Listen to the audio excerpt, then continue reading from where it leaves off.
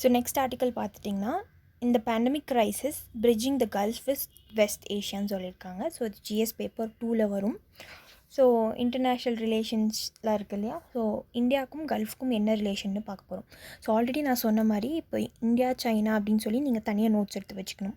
So இப்போ வந்து India and gulf அப்படின்னு சொல்லி தனியாக ஒரு நோட்ஸ் எடுத்து வச்சுக்கணும். ஸோ இதில் பார்த்துட்டிங்கன்னா இந்தியாவுக்கும் கல்ஃப் எக்கனாமிக்கும் என்ன டைஸ் இருக்குது அப்படின்னு பார்த்தீங்கன்னா 2 டாமினன்ட் வெர்டிகல்ஸ் இருக்குது. இதில் 2 டாமினன்ட் வெர்டிகல்ஸ்னால் ஃபர்ஸ்ட் ஒன்று என்னென்னு பார்த்தீங்கன்னா எக்கனாமிக் சிம்பயாசிஸ், நம்மளுக்கும் அவங்களுக்கும் ஒரு எக்கனாமிக் ரிலேஷன்ஷிப் இருக்குது.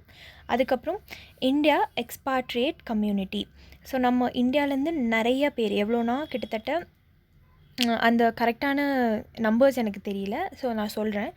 ஸோ நிறைய பேர் வந்து எங்கே ஒர்க் பண்ணுறாங்கன்னு பார்த்தீங்கன்னா கல்ஃபில் தான், இந்தியாவிலேருந்து போயிட்டு அங்கே தான் ஒர்க் பண்ணுறாங்க. ஸோ இந்த ரெண்டு ரீசன்ஸ் தான் வந்து நம்மளையும் அவங்களையும் வந்து பிரிட்ஜ் பண்ணுது. ஸோ என்ன அப்படின்னு பார்த்தீங்கன்னா எக்கனாமிக் சிம்பயாசிஸும், அதுக்கப்புறம் இந்தியாஸ் எக்ஸ்பாட்ரியேட் கம்யூனிட்டி, அதுக்கப்புறம் த India gulf trade stood around. So நம்மளுக்கும் அவங்களுக்கும் மட்டும் ட்ரேட் எவ்வளோ போயிட்டுருக்குன்னு பார்த்தீங்கன்னா $162 பில்லியன் 2018-19 இவ்வளோ இருந்திருக்கு. அண்ட் வந்து 5th இந்தியாவுக்கும் அவங்களுக்கும் கல்ஃப்க்கும் நடுவில் இருக்கிற ட்ரேடு வந்து 5th லார்ஜஸ்ட் ட்ரேடாக இருந்திருக்கு. So being nearly 5th of India's global trade. So it was dominated by import of crude. இப்போ நம்ம அவங்கக்கிட்டேருந்து என்ன வாங்க முடியும், கல்ஃப்டேருந்து க்ரூடு தான் வாங்க முடியும். crude oil and natural gas worth nearly $75 billion, meeting nearly 65% of India's total requirements. So அவங்கக்கிட்டேருந்து வாங்குறதே வந்து இந்தியாவோட 65% ஆஃப் த ரிக்குவயர்மெண்ட் வந்து இந்தியா பூர்த்தி பண்ணிடுது அப்படிங்கிறாங்க. Some of these countries have large investments and some have planned large investments in India. So என்னென்ன large இன்வெஸ்ட்மெண்ட்ஸ்லாம் பண்ணியிருக்காங்கன்னு நோட் பண்ணிக்கோங்க. ஸோ இதில் பார்த்திங்கன்னா அடுத்த பாயிண்டில் நான் சொல்கிறேன் என்னென்ன பண்ணியிருக்காங்கன்னு, எந்தெந்த கம்பெனியெல்லாம் வந்து லைக் இன்வெஸ்ட் பண்ணியிருக்காங்க அப்படின்னு. ஸோ சவுதி, அதுக்கப்புறம் அபுதாபியில் வந்து நிறைய இன்வெஸ்ட் பண்ண ட்ரை பண்ணிட்டுருக்காங்க. அதுக்கப்புறம் the number of Indian expatriates இந்த கல்ஃப் ஸ்டேட்ஸ் 9 மில்லியன் இருக்காங்க. ஸோ 9 மில்லியனுங்கிறது ஞாபகம் வச்சுக்கோங்க. And they remitted nearly 40 billion back home. So இருக்கிறவங்க எவ்வளோ பேருன்னு பார்த்தீங்கன்னா 9 பில்லியன். ஸோ அவங்க எவ்வளோ வந்து இந்தியாவுக்கு கொடுக்குறாங்கன்னு பார்த்தீங்கன்னா, அவங்க இந்தியாவில் தானே அவங்க ஃபேமிலிஸ் இருக்கும். ஸோ எவ்வளோ அமுச்சு விட்றாங்கன்னு பார்த்தீங்கன்னா நியர்லி ஒர்த் $40 பில்லியன் வந்து அமுச்சு விட்றாங்க. ஸோ இந்த டேட்டாஸ்லாம் 2-3 டேட்டாஸ் நோட் பண்ணி வச்சுக்கோங்க. அடுத்து போத் தீஸ் பில்லர்ஸ், எந்த பில்லர்ஸ் சொல்கிறாங்கன்னா இந்த எக்கனாமிக் சிம்பயாசிஸும் இந்தியாஸ் எக்ஸ்பாட்ரியேட் கம்யூனிட்டியும் வந்து are being impacted by COVID-19 pandemic which is impacting the gulf economy. So COVID-19னால ஒர்க் இருக்காது, யாருமே வந்து ஆயில் வாங்குறது கிடையாது, எக்ஸ்போர்ட் வந்து இல்லை, டோட்டலாக டவுன் ஆயிடுச்சு. ஸோ வந்து இது வந்து பழைய நியூஸ். இன்றைக்கி என்ன இருக்குது நியூஸ் பேப்பர்லன்னு பார்த்தீங்கன்னா இந்தியாவையும் வெஸ்ட் ஏஷியாவையும் கனெக்ட் பண்ணியிருக்காங்க. So India gets around 60% of is hydrocarbon requirement from west Asia. So already நம்ம பார்த்தோம் இந்தியா வந்து அதோட எவ்வளோ 65% ஆஃப் த அதோட பூர்த்தி பண்ணிக்குது, அங்கேருந்து நேச்சுரல் கேஸும் க்ரூட் ஆயிலும் வாங்கி. ஸோ ஹைட்ரோ கார்பன் நம்ம வாங்குறது அவங்கக்கிட்டேருந்து வந்து 60% வந்து நம்ம யூஸ் பண்ணிக்கிறோம். அதுக்கப்புறம் the major sovereign wealth funds and other financial institutions in West Asia have been hit hard by COVID-19. So நம்மளை மாதிரி தானே பாண்ட்ஸ் வெல்த் ஃபண்ட்ஸ் வச்சுருக்க மாதிரி அவங்களும் வச்சுருப்பாங்க. ஸோ அது மாதிரி கவர்மெண்ட்டோட சாவரன் வெல்த் ஃபண்ட்ஸும் நிறைய ஃபினான்ஷியல் இன்ஸ்டிடியூஷன்ஸ் வந்து க்ளோஸ் பண்ணிட்டாங்க. As such, India can attract a significant amount of capital from West Asia. Further, the economic stimulus announced by India can be a positive message to West Asian investors about the growing economic opportunities in India. So India வந்து economic stimulus இப்போது release பண்ணாங்க இல்லையா, அதில் வந்துட்டு நிறைய opportunities இருக்குது நம்மளுக்கு எஃப்டிஐக்கு west ஏஷியாவிலேருந்து அவங்க இங்கே இன்வெஸ்ட் பண்ணுறதுக்கு. ஏன்னா நம்மளோட 9 மில்லியன் பீப்புள் வந்து அங்கே இருக்காங்க. ஸோ அவங்களுக்கும் நம்ம சப்போர்ட் பண்ணால் தான் நம்ம பீப்புளுக்கு அவங்க சப்போர்ட் பண்ண முடியும். ஸோ அதனால தான் இந்த ஸ்டிமுலஸை வந்து அவங்கள யூஸ் பண்ண வச்சுக்கிற மாதிரி நம்ம கொடுத்துருக்கோம். What steps should be taken. So India வந்து என்னென்ன ஸ்டெப்ஸ் எல்லாம் எடுக்கணும்னு பார்த்தீங்கன்னா, so expediting land acquisition for mega refinery in Maharashtra. இப்போ மகாராஷ்டிராவில் வந்து லேண்ட் அக்விசிஷனுங்கிறது ஒரு பெரிய ப்ராப்ளம். இங்கே லேண்டே நம்மளுக்கு கிடையாது. ஸோ இந்த லேண்டை வந்து ஒழுங்காக நம்ம பிரித்து கொடுத்தா தான் கம்பெனிஸ் வந்து இங்கே செட் பண்ண முடியும். ஸோ அது மாதிரி பார்த்திங்கன்னா ஒரு 50 பில்லியன் ப்ராஜெக்ட் இந்த மெகா ரிஃபைனரி ப்ராஜெக்ட். ஸோ அதில் வந்துட்டு Saudi Arabian Aramco oil company தான் எல்லாம். அவங்க வந்துட்டு $25 பில்லியன் வந்து இன்வெஸ்ட் பண்ணுறேன்னு சொல்லியிருக்காங்க. அதே மாதிரி அபுதாபி நேஷ்னல் ஆயில் கம்பெனியும் வந்து $25 பில்லியன் வந்து இன்வெஸ்ட் பண்ணுறேன்னு சொல்லியிருக்காங்க. ஸோ இது மாதிரி வேறு என்னென்ன எக்ஸாம்பிள்ஸ் எழுதலான்னு பார்த்தீங்கன்னா, இப்போ சில வெஸ்ட் ஏஷியன் கம்பெனிஸ் பார்த்தீங்கன்னா, மும்பை ஏர்போர்ட்டில் இருக்குது இல்லையா, அது வந்து இட் இஸ் ஓன்டு பை ஜிபிகே. அந்த மும்பை ஏர்போர்ட்டில் வந்து இன்வெஸ்ட் பண்ணலான்னு நினச்சிட்ருக்காங்க. பட் அது வந்து லிட்டிகேஷனில் இருக்குது. நிறைய பேர் கேஸ் போட்டுடுறாங்க. அதுக்கெல்லாம் வந்து ஃபாஸ்ட் ட்ராக்காக அந்த கேஸஸ்லாம் முடிச்சு விடணும் அப்படின்னு சொல்லி கேட்டுட்ருக்காங்க. அதெல்லாம் கேட்கல, லைக் நம்ம பண்ணால் தான் அவங்க வந்து இன்வெஸ்ட் பண்ணுவாங்க. So fast tracking the resolution of litigation which is preventing companies from investing. So Government of India has announced to take necessary steps to attract FDI into India. Steps should be taken to prioritize investments from West Asia through the FDI route. So நிறையா வந்து நம்மளுக்கு FDI வந்தால் தான் நம்மளோட rupee வந்து depreciate ஆகாமல் இருக்கும். நம்மளுக்கு நிறையா வந்து ஃபாரெக்ஸ் வந்து சேமித்து வைக்கலாம். ஸோ அது மாதிரி நம்ம எஃப்டிஐ வந்து அட்ராக்ட் பண்ண பார்க்கணும். ஸோ அதுக்காரிய ஸ்டெப்ஸ் தான் இதெல்லாம். அடுத்து என்னென்னு பார்த்தீங்கன்னா, lessons for Yogi from Gandhi and லீன்னு சொல்லியிருக்காங்க. இதை வந்து எத்திக்ஸ் பேப்பரில் யூஸ் பண்ணலாம். அதுக்கப்புறம் ஜிஎஸ் பேப்பர் டூலையும் யூஸ் பண்ணலாம், கவர்னன்ஸில் யூஸ் பண்ணலாம். ஸோ இப்போ ஏன் இந்த நியூஸ் வந்து இருக்குதுன்னு பார்த்தீங்கன்னா, மைக்ரேஷன் நிறைய பண்ணுறாங்க இல்லையா. ஸோ அவங்கள எப்படி வந்து நம்ம பாஸ்ட்லேருந்து லெசன்ஸை எடுத்து நம்ம இதை இம்ப்ளிமெண்ட் பண்ணலாம் அப்படின்னு சொல்லி பார்க்க போகிறோம். ஸோ இதில் என்ன அப்படின்னு பார்த்தீங்கன்னா, 2 மாடல் பற்றி பார்க்க போகிறோம். ஒன்று வந்து சிங்கப்பூர் மாடல் ஆஃப் டெவலப்மெண்ட், ஏன்னா லீ அப்படிங்கிறவர் அங்கே சார்ந்தவர். அதுக்கப்புறம் காந்தியன் மாடல் ஆஃப் டெவலப்மெண்ட் 2 பார்க்க போகிறோம். இது 2ம் வந்து இந்தியாவில் நம்ம ட்ரை பண்ணலாம். ஸோ அடுத்து வந்து ஃபர்ஸ்ட் வந்து கண்டிஷன் என்னென்னு பார்த்தீங்கன்னா, சிங்கப்பூர் லேக்ட் நேச்சுரல் ரிசோர்ஸஸ். இப்போது ஃபர்ஸ்ட் வந்து சிங்கப்பூர் தான் வந்து first developed country in Asia. அது சிங்கப்பூர் வந்து இண்டிபெண்டன்ஸ் எப்போ வாங்குச்சுன்னு பார்த்தீங்கன்னா 1965 வாங்கினாங்க. அதுக்கப்புறம் வந்து அவங்க டெவலப் ஆகி ஃபர்ஸ்ட் டெவலப்ட் கண்ட்ரி இன் ஏஷியாவாக ஆனாங்க. ஆனால் சில கண்டிஷன்ஸ் இருந்தது. அதுக்கு அவங்கக்கிட்ட வந்து நேச்சுரல் ரிசோர்ஸ் கிடையாது. ஸோ த ஒன்லி ரிசோர்ஸ் வந்து சிங்கப்பூருக்கு இருந்தது என்னென்னு பார்த்தீங்கன்னா, அதோட ஸ்ட்ராட்டஜிக் லொக்கேஷன் எங்கே இருக்குதுன்னு பார்த்தீங்கன்னா, it's located at the heart of strait of Malacca. மேப்பில் வந்து ஸ்ட்ரெயிட் ஆஃப் மலாக்காவை லொக்கேட் பண்ணி பார்த்தீங்கன்னா சிங்கப்பூர் இருக்கும். ஸோ அந்த இடத்துல இருக்கிறனால ஷிப்பிங் ரூட்டில் நடுவில் இருக்கிறனால எல்லோரும் பே பண்ணிட்டு தான் போகணும் ஆப்வியஸாக. ஸோ இந்தியன் ஓஷனையும் பசிபிக் ஓஷனையும் கனெக்ட் பண்ணுற ஒரு ரீஜனாக இருக்குது. ரொம்ப ஒரு பிஸியஸ்டான பாயிண்ட் அது. ஸோ எப்படி இதை அப்ரோச் பண்ணிச்சுன்னு பார்த்தீங்கன்னா, சிங்கப்பூர் இருக்காங்களே அவங்க வந்து adapted a development model whose main agenda was to increase the per capita income of its citizen. So நார்மலாக வந்து ஒரு கண்ட்ரி வந்து புதுசாக இண்டிபெண்டன்ஸ் வாங்குதுன்னா கண்ட்ரியோட க்ரோத் தான் பார்ப்பாங்க. ஒரு பர்சனோட பர் கேபிட்டா இன்கம்மை வந்து டெவலப் பண்ணணும் அப்படின்னு சொல்லி நிறைய கண்ட்ரிஸ் வந்து யோசிக்கிறது இல்லை.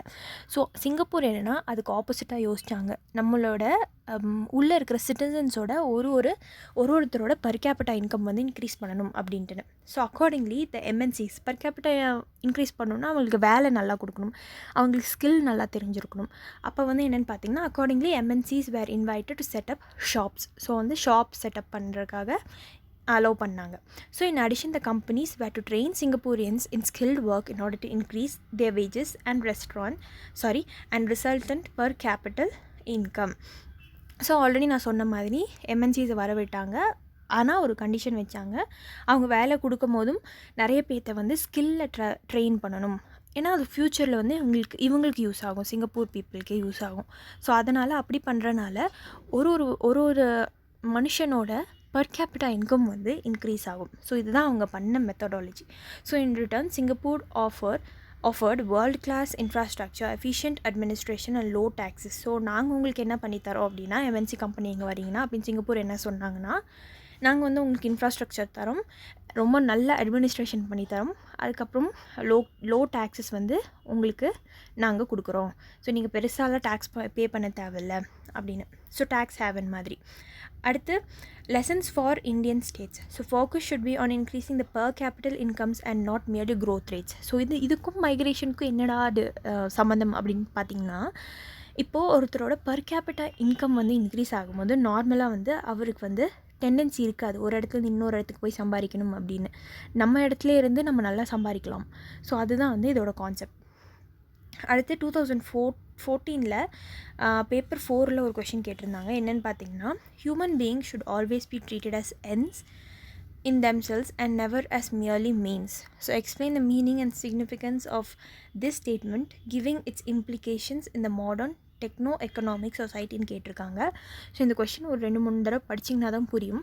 ஸோ ஹியூமன் பீயிங்ஸை வந்து எந்த மாதிரி ட்ரீட் பண்ணி அவங்கள வந்துட்டு அந்த பொட்டென்ஷியலை கொண்டு வரணும் அப்படின்னு சொல்லி கொஷின் கேட்டிருக்காங்க. ஸோ அதுக்கு ஒரு பெஸ்ட் எக்ஸாம்பிளாக சிங்கப்பூர் மாடல் ஆஃப் டெவலப்மெண்ட்டை யூஸ் பண்ணலாம். ஏன்னா மக்களையும் வந்து உள்ளே இன்க்ளூட் பண்ணி அவங்கள வந்து அவங்களோட டெவலப்மெண்ட்காக யோசிச்சுருக்காங்க. ஸோ இதுதான் வந்து கான்செப்ட். அடுத்து நம்ம lessons from Gandhian model of development என்னென்னு பார்த்தீங்கன்னா, இதோட பேசிக் ஃபிலாசபி என்னென்னு பார்த்தீங்கன்னா, இது ஸ்வராஜ் மாடல் ஆஃப் டெவலப்மெண்ட்னு சொல்லுவாங்க. So advocating self government or self sufficiency of Indian villages. So Indian வில்லேஜஸ்க்கு வந்து செல்ஃப் சஃபிஷியன்ட் ஆகிட்டா நார்மலாக அவங்களும் மைக்ரேட் ஆக மாட்டாங்க. அவங்க இடத்துலேயே இருந்து அவங்க வந்துட்டு என்ன பார்ப்பாங்க, வி ஆர் செல்ஃப் சஃபிஷியன்ட் அப்படின்னு நினச்சிட்டு அவங்களும் அங்கேயே இருந்து ஒர்க் பண்ணுவாங்க. ஸோ அப்ரோச் எப்படி இருக்கணும்னு பார்த்தீங்கன்னா, humans must be means of progress which should in turn aim at their own wellbeing. So ஹியூமன்ஸை வச்சு அவங்களோட வெல்பீயிங்க்கு அவங்களே வந்து உழைக்க வைக்கிற மாதிரி இது. So governance must be strengthen at the local level in villages and cities. So இதுக்கு வந்து நீங்கள் கவர்னன்ஸ் வந்து எங்கே நல்லா பண்ணணும், வில்லேஜஸ்லையும் அதை சுற்றி இருக்கிற சிட்டிஸ்லையும் பண்ணணும். அப்போ தான் இங்கேருந்து நடக்கிற மேனுஃபேக்சரிங்லாம் வந்து சிட்டிஸ்க்கு நீங்கள் வந்து ஒழுங்காக ட்ரான்ஸ்போர்ட்லாம் பண்ண முடியும். ஸோ அடுத்து setting up of cooperative capitalist enterprises where the workers and not capitalists are owners of the enterprises. So நிறைய யூஎஸ்லலாம் பார்த்துட்டிங்கன்னா கேபிட்டலிஸ்ட் கண்ட்ரின்னு சொல்லுவாங்க. என்னென்னா நிறையா வந்து பிஸ்னஸ் பீப்புள் இருப்பாங்க. இங்கே எப்படின்னா சின்ன சின்ன ரூட்ஸ்லேருந்து கொண்டு வரது. ஸோ கோஆப்ரேட்டிவ் சொசைட்டிஸ் மாதிரி ஃபார்ம் பண்ணி அவங்கள வந்து ஒரு என்டர்பிரைஸ் மாதிரி ஃபார்ம் பண்ணி அவங்களே அவங்களுக்கு ஓனர்ஸாக இருக்கிற மாதிரி. ஸோ இதுதான் வந்து கான்செப்ட். ஸோ அடுத்த நியூஸ் பார்த்துட்டிங்கன்னா கால் ஃபார் ஆக்ஷன் அப்படின்னு இருக்குது. இது பேஜ் நம்பர் 6 இருக்குது. ஸோ இந்த நியூஸில் என்ன சொல்கிறாங்க அப்படின்னு பார்த்தீங்கன்னா, டெஸ்டிங் ஃபார் COVID-19. ஸோ இந்த COVID-19 என்னென்னதை வச்சு டெஸ்ட் பண்ணுறாங்க அப்படின்னு பார்த்தீங்கன்னா, ஃபர்ஸ்ட் வந்து ஆன்டிபாடி டெஸ்ட் யூஸ் பண்ணுறாங்க, அதுக்கப்புறம் RT-PCR யூஸ் பண்ணுறாங்க, அதுக்கப்புறம் ஆன்டிஜென்னை வச்சு டிடெக்ட் பண்ணுறாங்க. ஸோ இதில் நம்ம என்ன பார்க்க போகிறோம்னா, ஆன்டிபாடி டெஸ்டிங்னா என்னென்னு பார்க்க போகிறோம். இதில் என்னென்னா antibody test are also known as serological test. So எப்படின்னா, they are used to find out the presence of virus in a body. In this method of testing, blood samples are used to find antibodies. This process also detects the quantity of antibodies that are produced by the immune system. இப்போ என்னென்னா, உங்களுக்கு நார்மலாக உங்கள் உடம்புக்குள்ளே ஒரு virus போகுது, disease போகுது அப்படின்னா அதுக்கு அகென்ஸ்டாக வந்து நம்ம இம்யூன் சிஸ்டம் வந்து ஆன்டிபாடிஸ் க்ரியேட் பண்ணும், அதை போய் அட்டாக் பண்ணுறதுக்கு. ஸோ நார்மலாக ஆன்டிபாடிஸ் வந்து ஒரு மனுஷனோட உடம்புல எப்போ க்ரியேட் ஆகும்னா அந்த 9 to 28 டேஸ்க்குள்ளே தான் க்ரியேட் ஆகும். ஸோ 9 to 28னா டிசீஸ் உள்ளே வந்தக்கப்புறம் 9 to 28 டேஸ் அப்போ தான் வந்து ஆன்டிபாடி க்ரியேட் ஆகும். ஸோ இதுக்கு முன்னாடியே நீங்கள் வந்துட்டு டெஸ்ட் பண்ணிங்கன்னா, அந்த 9th டேக்குள்ளே டெஸ்ட் பண்ணிங்கன்னா உங்களுக்கு வந்து ஆன்டிபாடி இருக்கிற மாதிரியே காட்டாது. அப்போ உங்களுக்கு டிசீஸ் இல்லைன்னு சொல்லிடுவாங்க. ஸோ இதுதான் இதோட ஒரே ஒரு டிஸ்அட்வான்டேஜ். அதுக்கப்புறம் வாட் இஸ் RT-PCR? RT-PCR தான் இப்போ வந்து ரொம்ப ஃபேமஸாக பேசிகிட்டு இருக்காங்க. RT-PCRனால் real time reverse transcription polymerised chain reaction. So RT-PCR full form இதுதான், real time reverse transcription polymerised chain reaction. So இதுதான் வந்து அதோட கான்செப்ட். ஸோ இது என்னென்னா, இது வந்து ரொம்ப ரிலையபிளான ஒரு விஷயம், ஆனால் ரொம்ப எக்ஸ்பென்சிவ், நிறைய டைம் எடுத்துக்கும். கிட்டத்தட்ட உங்களுக்கு ரிசல்ட் கொடுக்கறதுக்கு 4 to 5 hours எடுத்துக்கும். ஸோ இதுதான் அதோட கான்செப்ட். அடுத்து பார்த்திங்கன்னா, இந்த RT-PCR டெஸ்ட் வந்து எப்படி பண்ணுவாங்கன்னா, இப்போ உங்களோட நேசல் இல்லைனா த்ரோட் ஸ்வாப் எடுத்துப்பாங்க, அதை அந்த பேஷண்ட்லேருந்து எடுத்து அதை டெஸ்ட் பண்ண அனுப்புவாங்க. ஸோ இதுலேருந்து என்ன பண்ணுவாங்கன்னா, எக்ஸ்ட்ராக்ட் பண்ணுவாங்க அந்த உங்களுக்கு எடுத்தாங்களே அந்த சாம்பிள்ஸ், அதுலேருந்து ரைபோநியூக்ளிக் ஆசிட் ஆர் RNAவை அதுலேருந்து எடுப்பாங்க, which is the genetic material of the virus. So வைரஸோட ஜெனட்டிக் மெட்டீரியல் வந்து RNA தான். இப்போ நம்மளுக்கு வந்து நம்மளோட ஜெனட்டிக் மெட்டீரியல்லாம் வந்து DNA, அது மாதிரி வைரஸ்க்கு வந்து RNA இருக்குது, அதை எடுத்து தான் பார்ப்பாங்க. So if it shares the same genetic sequence as SARS-CoV-2 virus then it's deemed positive. இப்போ என்ன சொல்கிறாங்கன்னா, இப்போ SARS-CoV இருக்குது இல்லையா, அதுக்கும் வந்து சேம் வைரஸ் தான், ஒரே ஃபேமிலி தான் இவங்க எல்லோரும். ஸோ வந்து அதுக்கும் இதுக்கும் ஈக்குவலாக சிமிலராக இருந்தாங்கன்னா ஜெனட்டிக் மெட்டீரியல், ஸோ அந்த ரைபோநியூக்ளிக் ஆசிட் RNA இருக்குல்ல, அது வந்துட்டு சேமாக இருந்துச்சுன்னா நீங்கள் பாசிட்டிவ்னு உங்களை வந்து சொல்லிடுவாங்க. ஸோ நார்மலாக நான் சொன்ன மாதிரி இது ரொம்ப எக்ஸ்பென்சிவ். அடுத்து rapid antigen detecting test for COVID-19. Rapid antigen தான் வந்து மோஸ்ட்டாக எல்லாருக்கும் யூஸ் பண்ணுறாங்க. It is a test on swabbed nasal samples that detect antigens. So உங்களோட நேசலில் வந்து ஆன்டிஜென்ஸ் இருக்கான்னு பார்ப்பாங்க. ஆன்டிஜென்ஸ்னால் என்னென்னா, foreign substances that induce a human response in the body that are found on or within the SARS-CoV-2 virus. So உங்களுக்கு பாடிக்குள்ளே வந்து ஒரு ஃபாரின் பாடி உள்ளே வருதுன்னா உங்களுக்கு தெரியும். ஸோ அதுதான் வந்து ஆன்டிஜென்ஸ்னு சொல்லுவாங்க. ஸோ அதை வச்சு கண்டுபிடிப்பாங்க. ஸோ இது வந்து நார்மலாக வந்து 20 to 30 மினிட்ஸ்க்குள்ளே உங்களுக்கு வந்து ரிசல்ட்ஸ் வந்து கொடுத்துரும். ஸோ அதுதான் இதில் சொல்ல வராங்க. ஸோ அவ்வளோதான். அடுத்த நியூஸ் பார்த்துட்டிங்கன்னா நியூக்ளியர் ஆர்சினல் ரிலேட்டட். இப்போ என்னென்னா இந்த நியூஸ் எதுக்கு அப்படின்னா நியூக்ளியர் பவர் ரிலேட்டடான ஒரு விஷயம். இப்போ ரஷ்யாவையும் யூஎஸ்ஏவும் மட்டும் நீங்கள் எடுத்துக்கிட்டிங்கன்னா 90% of the global nuclear weapons வந்து அவங்க தான் வச்சுருக்காங்க. இது இல்லாமல் நீங்கள் 9 நியூக்ளியர் ஆர்ம்டு ஸ்டேட்ஸ், ஸோ யார் யாரெல்லாம் நியூக்ளியர் பவர் வச்சுருக்காங்க அப்படின்னும் ரெக்கக்னைஸ் பண்ணியிருக்காங்க வேர்ல்டில், அவங்கள மட்டும் நீங்கள் ஞாபகம் வச்சுக்கணும். டோட்டலாக 9 இருக்காங்க. யாருன்னா US, Russia, UK, France, China, India, Pakistan, Israel and north Korea. இது நீங்கள் மனப்பாடம் பண்ணியே தான் ஆகணும். ஸோ இதுக்கு முன்னாடி கேட்டிருந்த யூபிஎஸ்சி கொஸ்டின் இது இப்போ நான் சொல்ல போகிறது. இது என்னென்னு பார்த்தீங்கன்னா the dismantlement of the old nuclear weapons by Russia and the US. இப்போது ரஷ்யாவும் யூஎஸும் வச்சுருக்கிற பழைய நியூக்ளியர் வெப்பன்ஸ்லாம் வந்து டிஸ்மேண்டில் பண்ணுறதுக்கான ஒரு ட்ரீட்டி இது. அது என்னென்னு பார்த்தீங்கன்னா ஸ்டார்ட்னு சொல்லுவாங்க. அந்த ஸ்டார்ட்டுங்கிறதுக்கு ஃபுல் ஃபார்ம் என்ன அப்படின்னு பார்த்தீங்கன்னா new strategic arms reduction treaty. So இது நியூ ஸ்டார்ட் அப்படின்னு சொல்லுவாங்க. ஸோ இது வந்து 2010 கொண்டு வந்தாங்க. 2010 ப்ரிலிம்ஸ் கொஸ்டின் கூடியதோ. However the treaty will lapse in February 2021. இப்போ இந்த ட்ரீட்டி வந்து 2021 லேப்ஸ் ஆயிரும். அப்போ வந்து யூஎஸ் என்ன சொல்கிறாங்கன்னா சைனாவும் வந்து இந்த டிஸ்மேண்டில் பண்ணுற ட்ரீட்டியில் சேர சொல்லுங்கள், அப்போ நம்ம ஃபர்தர் இன்னொரு ட்ரீட்டி போடுவோம் அப்படின்னு வந்து சொல்லியிருக்காங்க. பட் சைனா வந்து அதுக்கு ஒத்துக்க மாட்டேன்னு சொல்லிடுச்சு. ஸோ ஃப்யூச்சரில் பார்த்திங்கன்னா இப்படி இந்த டிஸ்மேண்ட்லிங் பண்ணுற ப்ராசஸே வந்து இருக்காது. ஏன்னா வந்து எல்லோரும் வந்து நாங்கள் வச்சுருப்போம்னு சொல்லிட்டு இருப்பாங்க. அடுத்து சைனா வந்து அதோட நியூக்ளியர் ட்ரையடை வந்து இம்ப்ரூவ் பண்ணிகிட்ருக்கு. நியூக்ளியர் ட்ரையட்னா என்னென்னு பார்த்தீங்கன்னா லேண்ட், அதுக்கப்புறம் ஏர், அதுக்கப்புறம் வாட்டரில் வந்து நியூக்ளியர் வேரியண்ட் வெப்பன்ஸ் வந்து வச்சுருக்கிறது. ஸோ இந்தியாவோட நியூக்ளியர் ட்ரையட்லாம் என்னென்னு பார்த்தீங்கன்னா இது நீங்கள் கண்டிப்பாக ஞாபகம் வச்சுருக்கணும். ஸோ என்ன அப்படின்னு பார்த்தீங்கன்னா nuclear capable land based ballistic missiles. So நம்மள்ட்ட லேண்ட் பேஸ்ட் பெலிஸ்டிக் மிசைல்ஸ்லாம் என்ன இருக்குதுன்னு பார்த்தீங்கன்னா பிருத்வி 1, அப்புறம் அக்னி 1, அக்னி 2, அக்னி 3, அக்னி 4, அக்னி 5 வரைக்கும் நம்ம வச்சுருக்கோம். அடுத்து bombers that are capable of carrying nuclear bomb. So nuclear air வேரியண்ட்டில் போகிறது என்னென்னு வச்சுருக்கோம்னா மிரேஜ், அதுக்கப்புறம் ஜாகுவார், அப்புறம் எம்ஐடி, அதுக்கப்புறம் ரஃபேல். ஸோ இதெல்லாம் நம்ம வந்து ஏர் பேஸ்டில் வச்சுருக்கோம். வாட்டர் பேஸில் நம்ம ஐஎன்எஸ் அரிஹண்ட் வந்து ஒரு nuclear powered ballistic missile submarine வச்சுருக்கோம். ஸோ இதெல்லாம் வந்து நீங்கள் ஞாபகம் வச்சுக்க வேண்டியது.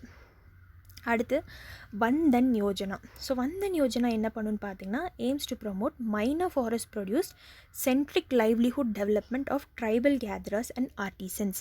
ஸோ ட்ரைபல் பீப்புளெலாம் இருப்பாங்களே அவங்களுக்குள்ளே இருக்கிற ட்ரைபல் கேதர்ஸும் ஆர்டிசன்ஸ் எல்லாம் ஒன்று சேர்ந்து மைனர் ஃபாரஸ்ட் ப்ரொடியூஸ்லாம் தயாரிப்பாங்க. ஸோ அதை வந்து பீப்புள்கிட்ட வெளியில் வைக்கணும். ஸோ அதுக்காக வந்தன் விகாஸ் கேந்திராஸ்ன்னு வந்து கவர்மெண்ட் செட் பண்ணி கொடுத்துருக்காங்க. அவங்களுக்கு are constituted to provide skill upgradation. So Vandhan Kendras என்ன பண்ணுவாங்கன்னா ஸ்கில் அப்கிரேடேஷன் பண்ணி தருவாங்க இந்த பீப்புளுக்கு and capacity building training. So already அவங்களுக்கு அந்த கெப்பாசிட்டி இருந்ததுன்னா அதை எப்படி இன்னும் வளர்த்துக்கிறது அப்படின்னு சொல்லிட்டு capacity building training and setting up primary processing and value addition facilities. So அவங்களுக்கு இந்த ப்ரைமரி ப்ராசஸிங் இந்த மைனர் ஃபாரஸ்ட் ப்ரொடியூஸ்லாம் வச்சு என்னென்ன பண்ணுறது அப்படின்னு சொல்லிட்டு அந்த ப்ராசஸிங் வந்து பண்ணி கொடுப்பாங்க. அதுக்கப்புறம் வேல்யூ அடிஷன் ஃபெசிலிட்டிஸ். ஸோ இங்கேருந்து அவங்க அந்த திங்ஸ் எல்லாம் விற்கணும் இல்லையா, அதுக்கெல்லாம் வந்து ரெடி பண்ணி தருவாங்க. ஸோ இது யார் இம்ப்ளிமெண்ட் பண்ணுறாங்கன்னு பார்த்தீங்கன்னா நோடல் மினிஸ்ட்ரி வந்து மினிஸ்ட்ரி ஆஃப் ட்ரைபல் அஃபேர்ஸ் தான் வந்து நோடல் டிபார்ட்மெண்ட். ஸோ அடுத்து இம்ப்ளிமெண்டிங் ஏஜென்சி அட் சென்ட்ரல் லெவலில் யார் ஹெல்ப் பண்ணுறாங்கன்னா ட்ரைஃபெட் ஹெல்ப் பண்ணுறாங்க. அதுக்கப்புறம் ஸ்டேட் லெவலில் யார் இதுக்கு ஹெல்ப் பண்ணுறாங்கன்னு பார்த்தீங்கன்னா state nodal agency for minor forest produce and the district collectors இவங்களாம் சேர்ந்து ஹெல்ப் பண்ணுறாங்க. அது இல்லாமல் லோக்கல் லெவலில் பார்த்துட்டிங்கன்னா கேந்திராஸ் நம்ம மேலே பார்த்தோன்னா Dhan Vikas Kendras. So the Kendra propose to be managed by a managing committee. So ஒரு மேனேஜிங் கமிட்டி மாதிரி வச்சு அவங்களே அவங்க மேனேஜ் பண்ணிப்பாங்க. ஸோ செல்ஃப் ஹெல்ப் குரூப்ஸ் இருப்பாங்களே அவங்க தான் consisting of representatives of Vandhan self help groups இந்த கிளஸ்டர். ஸோ உள்ளுக்குள்ளே அவங்களே வந்து அவங்கள மேனேஜ் பண்ணிப்பாங்க. அடுத்து லாஸ்ட் நியூஸ் பார்த்துட்டிங்கன்னா இந்த இன்டர்நேஷ்னல் அட்டாமிக் எனர்ஜி ஏஜென்சி ரொம்ப இம்பார்ட்டண்ட். ஸோ இது வந்து ஃபர்ஸ்ட் எப்போ செட்டப் பண்ணாங்கன்னா set up as the world's Atoms for Peace Organisation. So first வந்து இது எப்படி டினோட் பண்ணாங்கன்னா Atoms for Peace Organisation in 1957 within the United Nations ஃபேமிலிக்குள்ளேயே வந்து செட்டப் பண்ணாங்க. வெளியில் கிடையாது, உள்ளேயே செட்டப் பண்ணாங்க. ஸோ யாருக்கு ரிப்போர்ட் பண்ணுன்னா யுனைடெட் நேஷன் ஜென்ரல் அசம்பிளிக்கும் செக்யூரிட்டி கவுன்சிலுக்கும் ரிப்போர்ட் பண்ணும். ஸோ ஐஏஇஏக்கு ஹெட் குவார்ட்டர்ஸ் எங்கேன்னு பார்த்தீங்கன்னா Vienna, Austria. So India is also one of the founding member. ரொம்ப இம்பார்ட்டன்ட், இந்தியாவும் ஃபவுண்டிங் மெம்பர் தான். ஸோ ஐஏஇஏ என்னென்னு பார்த்தீங்கன்னா இது ஒரு autonomous organisation within the United Nation system. So இது வந்து ஒரு ஸ்பெஷலைஸ்ட் ஏஜென்சி கிடையாது. இது அட்டானமஸ், தனிப்பட்டு செயல்படும். ஆனால் யுனைடெட் நேஷன்ஸ்குள்ளே இருந்தால் செயல்படும். So it is considered to be a related organization by the United Nations. It is not a specialized agency. நான் சொன்ன மாதிரி யுனைடெட் நேஷன்ஸ்க்கு நிறைய ஸ்பெஷலைஸ்ட் ஏஜென்சி இருக்குது. இப்போ யூனிசெஃப், யுனெஸ்கோ அப்படின்னு சொல்லி நிறையா இருக்குது. ஸோ ஆனால் ஐஏஇஏ அதோட ஸ்பெஷலைஸ்ட் ஏஜென்சி கிடையாது, autonomous organisation. Because of the political nature of the work done by it, it seeks to promote the peaceful use of nuclear energy. So என்ன பண்ணுவாங்கன்னா ஐஏஇஏ யாரெல்லாம் நியூக்ளியர் எனர்ஜி வச்சுருக்காங்களோ, ஆல்ரெடி நம்ம பார்த்தோம் 9 nuclear states இருக்காங்க. So அவங்க எல்லாத்தையும் பீஸ்ஃபுல்லாக வந்து யூஸ் பண்ண சொல்லி இவங்க வந்து ப்ரொமோட் பண்ணுவாங்க. And to exhibit its use for any military purpose including nuclear weapons. So nuclear வெப்பன்ஸை வந்து குறைங்க அப்படின்னு சொல்லிட்டு மோஸ்ட்டாக சொல்ல ட்ரை பண்ணுவாங்க இவங்க. Works within the member states and multiple partners worldwide to promote the safe, secure and peaceful use of nuclear technologies. So எல்லா மெம்பர் ஸ்டேட்ஸ் கூடயும் ஒன்றா ஒர்க் பண்ணுவாங்க. Applying under the nuclear non proliferation treaty. So nuclear non proliferation ட்ரீட்டின்னு ஒன்று இருக்குது. And other international treaties mandatory comprehensive safeguards in non nuclear weapons states. So சில states கிட்ட வந்து நியூக்ளியர் வெப்பன்ஸ் இருக்காது. ஸோ அவங்களுக்கு வந்துட்டு என்னென்ன பண்ணுறது, அவங்கள்ட்ட எப்படி நீங்கள் பிஹேவ் பண்ணும் அப்படின்லாம் சொல்லுவாங்க டு சச் ட்ரீட்டிஸ். ஸோ இவ்வளோ தான் வந்து ஐஏஏ பற்றி இருக்குது. ஸோ நல்லா நோட் பண்ணிக்கோங்க. ஸோ இது வந்து ஆட்டம்ஸ் ஃபார் பீஸ் ஆர்கனைசேஷன் சொல்லுவாங்க. 1957 கண்டுபிடிச்சாங்க. ஸோ உங்களுக்கு கொஷின் ஃபார் த டேன்னு பார்த்தீங்கன்னா 2 கொஷின் ஃபார் த டே இருக்குது. ஸோ நேற்று நான் போட்டிருந்த இது இருக்கு இல்லையா, அதோட ரிலேட்டடான ஒரு கொஷின் மொசாம்பிக் சேனலும் ஸ்ட்ரெயிட் ஆஃப் ஹார்மோஸும் அது பார்த்துக்கோங்க. அதுக்கப்புறம் வந்தன் யோஜனா பற்றி ஒரு கொஷின். ஸோ இதை பாஸ் பண்ணி இதுக்கு ஆன்சர் பண்ணி கீழே கமெண்ட் செக்ஷனில் வந்து இதுக்கான ஆன்சரை வந்து டினோட் பண்ணுங்கள். இதுக்கான ஆன்சர் வந்து நான் நாளைக்கு சொல்கிறேன். Okay friends, thank you.